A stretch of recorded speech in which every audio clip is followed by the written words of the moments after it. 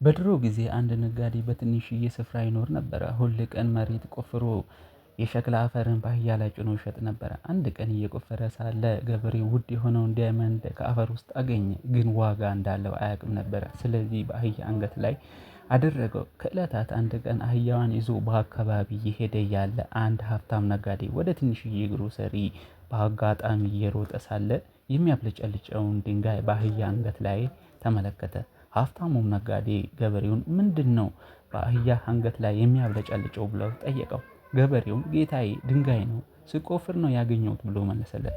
ሀብታሙም ነጋዴ ድንጋዩን ወዶት በ50 ብር ከገበሬው ገዛ። ከዛ ነጋዴው ወደ ሱቅ ገብቶ በሚዛን ላይ ዳይመንዱን አንጠለጠለው። የአገሬ ሰው ሁሉ ወደ ሱቅ ሲመጣ ውድ የሆነውን ዳይመንድ ሳይ በጣም ያደንቀው ነበር።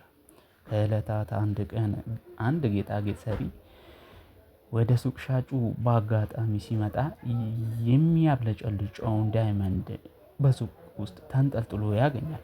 ጌጣጌጥ ሰሪውም ነጋዴውን ያ ምንድነው? ለምንድነው እዛ ያንጠለጠልከው ብሎ ጠየቀው። ነጋዴውም የሚያብለጨልጭ ድንጋይ ነው፣ በ50 ብር ከአንድ ነጋዴ ገዝቼ ነው አለው። ጌጣጌጥ ሰሪውም ለኔ ልትሸጥልኝ ትችላለህ ብሎ ጠየቀው።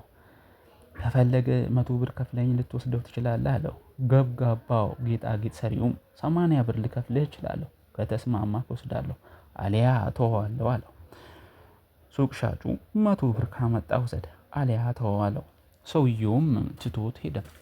ነጋዴው ነገ ሊመጣ ይችላል፣ ከመጣ በ90 ብር እሸጥለታለሁ ይለዋል። ያለታውኑ ምሽት ሌላ ጌጣጌጥ ሰሪ በዛ አካባቢ ሲያልፍ መኪናው ተበላሽቶበት ነጋዴው ሱቅ ፊት አቆመው።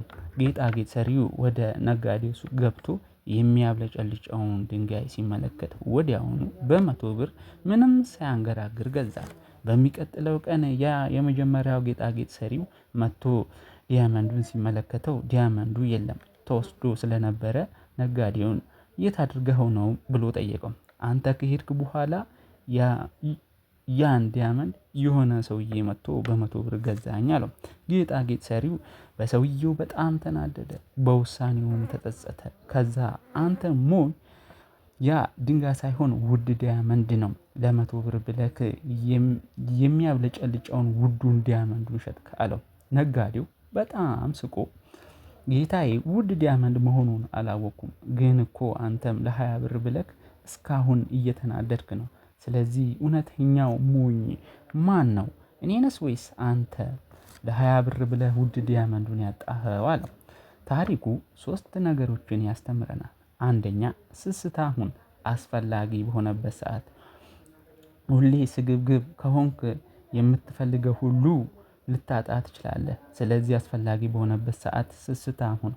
ሁለተኛ በፍጹም እድሎችን አታሳልፍ። አንዳንዴ ምርጥ ሰው እንደሆንክ አስብ፣ ስትዘገይ እድሎች ያመልጡሃል። ሶስተኛም በፍጹም በስራክ አትዘግይ። አባቶች እንደሚሉት የነገውን ስራ ለዛሬ ስራው፣ የዛሬውን ስራ ለአሁን ስራ፣ ትክክለኛው ሰዓት አሁን ነው ይላሉ።